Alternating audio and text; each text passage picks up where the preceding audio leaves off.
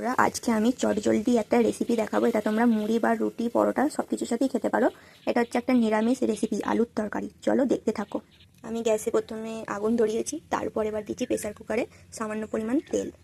তেলটা দেওয়ার পর আমি সামান্য একটুখানি জিরে আর মৌরির ফোড়ন দিয়ে দিলাম। এবার আমি এই আলু প্রেসার কুকারের মধ্যে আলু টমেটোটা দিয়ে বেশ খানিকক্ষণ একটু ভেজে নিতে হবে।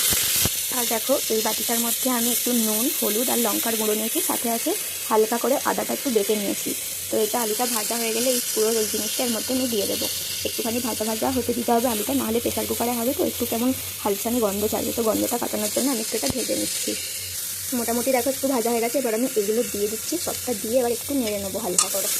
তারপরে জল মেশাবো, দিয়ে প্রেসার কুকারের ঢাকনাটা দিয়ে দেবো। দেওয়ার পর 5 থেকে 6টা সিটি করলে আমি নামিয়ে নেবো।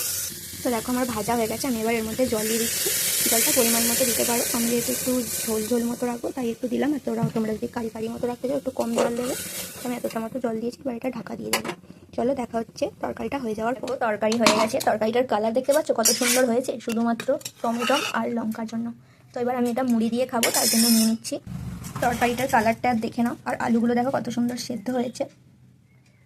তো দেখো আমি এতে মুড়ি নিয়ে নিয়েছি আর সাথে একটু চানাচুর নিয়েছি। আমি এবার এটা খেয়ে নেবো। তোমরা যদি চাও এই রেসিপিটা করতে খুব তাড়াতাড়ি হয়ে যাবে, মাত্র 5 মিনিটের মধ্যেই। তো তোমরা সকালবেলার জলখাবারে মুড়ির সাথেও খেতে পারো বা রাতের বেলার রুটি দিয়েও খেতে পারো। এটা একদম নিরামিষ, কিন্তু দেখে মনে হচ্ছে, দেখো যেন মনে হচ্ছে পেঁয়াজ দিয়ে বানানো। চলো, যদি তোমাদের ভালো লাগে তাহলে একটা অবশ্যই লাইক কমেন্ট শেয়ার করবে। আর চ্যানেলের আমার বাকি ভিডিওগুলো দেখে আসবে, দেখে যদি ভালো লাগে তাহলে ফলো করবে। Tata bye.